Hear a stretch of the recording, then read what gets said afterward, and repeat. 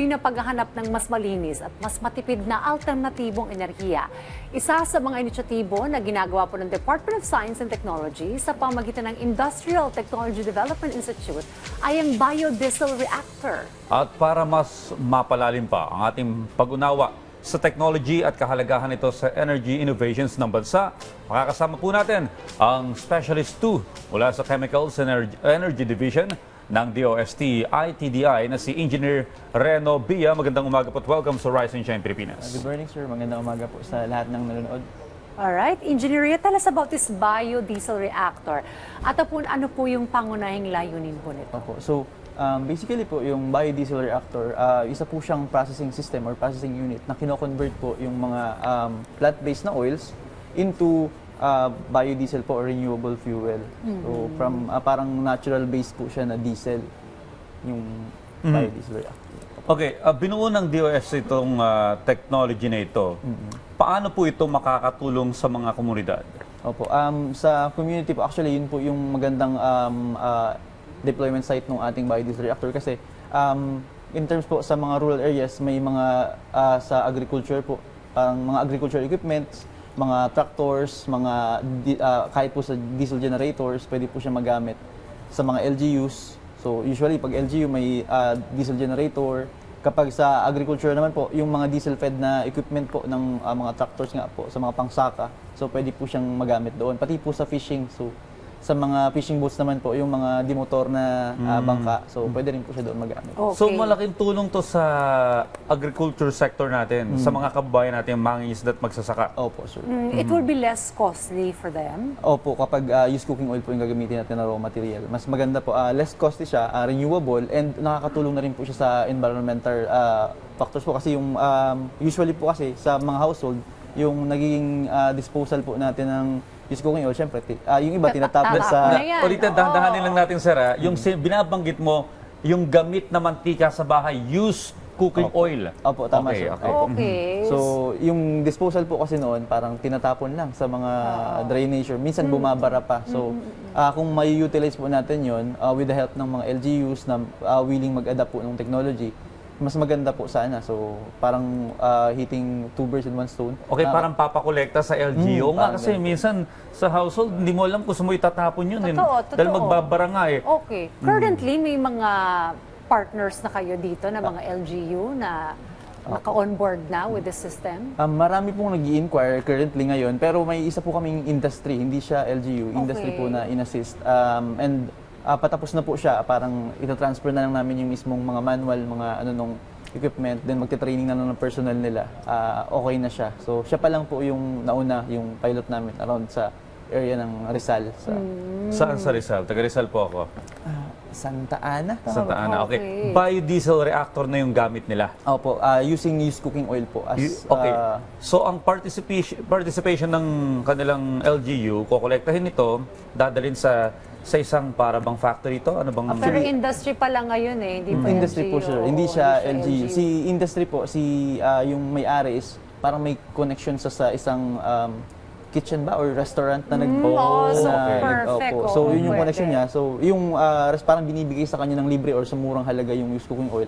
Alam ko libre po binibigay. So siya naman iniimbak niya, then kapag may na-collect na siyang enough amount, sa kanya po i-convert into biodiesel na pwede niyang magamit kasi may farm yung may-ari. So Okay. sa mga equipment nila doon, mga ang tawag dito, mga farming equipments po nagagamit yung Oo. Walang tapon, kumbaga, ano? Parang ganun. Okay, so paano yung proseso nung conversion? So, yun po, galing from sa pangalan ng equipment po is biodiesel reactor. Isa po siyang equipment na reactor. Kumbaga, nagkakaroon po kasi ng chemical reaction doon sa loob ng mismong vessel niya. So, yung plant-based na oil po, or yung used cooking oil, nilalagay doon, sinasamahan po ng alcohol. Usually ay methanol po yun. Then may kasama rin po siyang catalyst. Yung catalyst po, ang trabaho niya is pabilisin yung chemical reaction. Ang nangyayari po doon, parang binabago mo kasi yung chemical composition ng oil para yung kanyang mga qualities ay maging similar or comparable sa conventional na diesel. So paglabas niya po doon, diesel din siya pero natural base po na diesel. So kaya po siya biodiesel. So Okay. Okay, sa mga investor na interesado dito sa may biodiesel reactor, ito po mahal ba ang pagkakagawa nito? Kaya bang paramihin ito sa buong bansa? Magkano roughly investment? actually magandang tanong po kasi yung sa amin ngayon, yung pinopromote namin is yung 800 liters na biodiesel reactor. So medyo malaki po yun. Capable siya of converting yung malaking amount ng used cooking oil into biodiesel. Though ngayon po may mga efforts kami currently na ginagawa para mas mapalit pa siya kasi may mga nag-i-inquire. Kasi po ang una naming ginagawa pag may nag-i-inquire sa amin, tinatanong muna namin yung kanilang capability mag-collect or mag-produce ng used cooking oil. Kasi, Gaano ba karaming opo, baka requirement? mamaya gumawa kami ng napakalaki. Ngayon, kukunti lang naman yung makukolekta nila. Or gumawa kami ng maliit, malaki naman yung makukolekta. So, ina-assess po muna namin yung technology adapter, parang gano'n na kung gaano kadami. Ngayon, pag nakapag-survey na sila, saka po kami magde-decide kung ano po yung capacity para sa kanila.